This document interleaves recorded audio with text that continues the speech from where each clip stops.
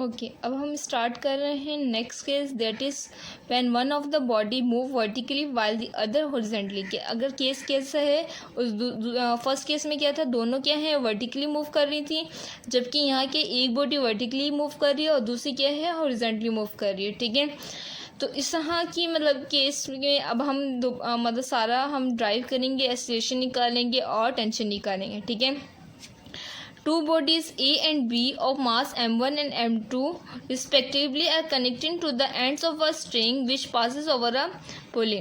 ठीक है, जैसे फिगर में आपको नज़र आ रहा है कि हमने क्या किया हुआ, इसको पुली से अटैच करके दो मासेस अटैच किए हुई हैं, ए बॉडी है और एक बी बॉडी है। ठीक है, the body A moves vertically downward with the acceleration A, जबकि बॉडी ए क्या है मूव क्या कर रही है, डाउनवर्ड मूव कर रही है, जबकि बॉडी बी हमारी क्या कर रही है, वो हॉरिजॉन्टली मूव कर रही है। ठीक है, जैसे इसके अंदर खिंचाव पैदा होगा तो ये बॉडी हॉरिजॉन्टली मूव कर सकती है और ये वाली बॉडी क्या है, ये वर्टिकली मूव करेगी।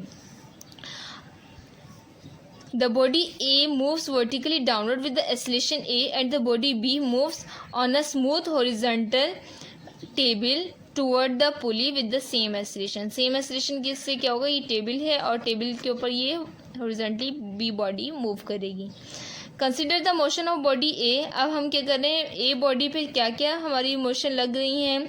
Two forces act on this, कि इसके ऊपर दो फोर्स एक्ट होगी, एक तो जो वेट है और दूसरी क्या है टेंशन है। वेट W=mg और टी क्या है हमारा टेंशन।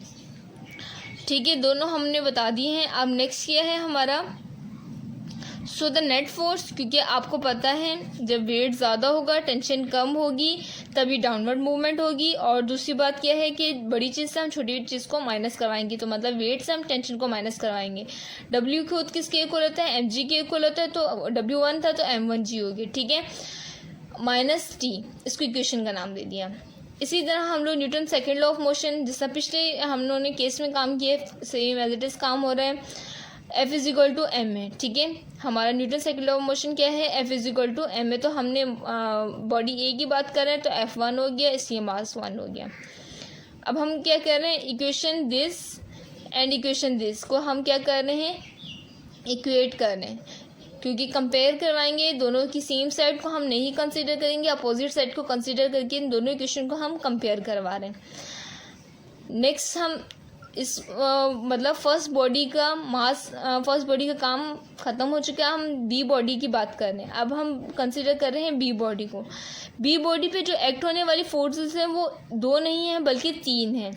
एक तो टेंशन है, दूसरी वेट है, जैसे बॉडी ए की थी। तीसरी भी इसके ऊपर एक्ट हो रही है, जो क्या है रगड़ की वजह से हो रही है। The normal reaction R of the smooth horizontal surface which act vertically upward. ठीक है, तो अब क्या हो रही है कि एक फोर्स क्या हो रही है, हॉरिजॉन्टली मूव करवा रही है, टेंशन करवा रही है, डाउनवर्ड मूव करवा रही है, वो क्या है हमारा वेट है।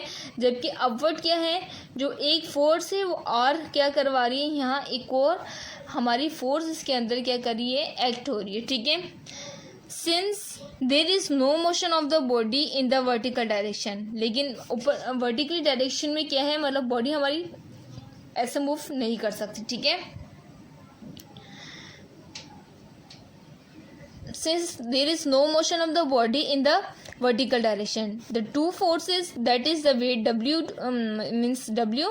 and the reaction of the smooth surface R are equal and opposite। अगर देखा जाए तो ये दोनों फोर्सेस क्या हैं, सेम अमाउंट की हैं।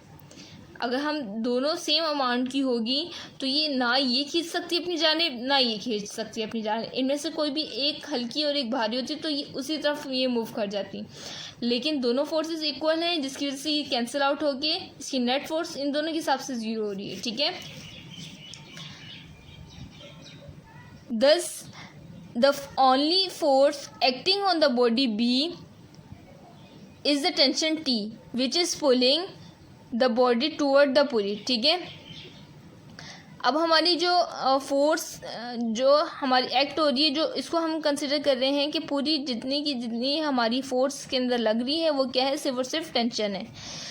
If the body is moving with acceleration a we get the value of force using Newton law of motion. ठीक है, न्यूटन हमारा सेकेंड लॉ ऑफ मोशन के हिसाब से F=ma होता है। अब दोनों इक्वेशन को हम कंपेयर करवाएंगे, सेम साइड कंसिडर नहीं करेंगे। T= M2A हम कंसिडर करेंगे, ठीक है। इसको इक्वेशन का नाम दे दिया। अब हम जो हमारी बॉडी B के हिसाब से इक्वेशन निकली है और बॉडी A के हिसाब से जो इक्वेशन निकली है, इन दोनों को ऐड करवाएंगे। ऐड करवाने से हम एक्सेलेरेशन निकालेंगे। दोनों में दोनों को ऐड किया तो ये वाली साइड और ये वाली साइड ऐड होगी और ये वाली साइड और ये वाली साइड ऐड होगी, ठीक है।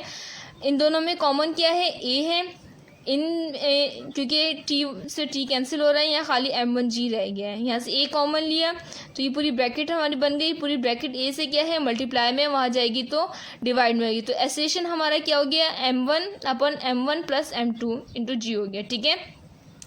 To find the T put the value of A।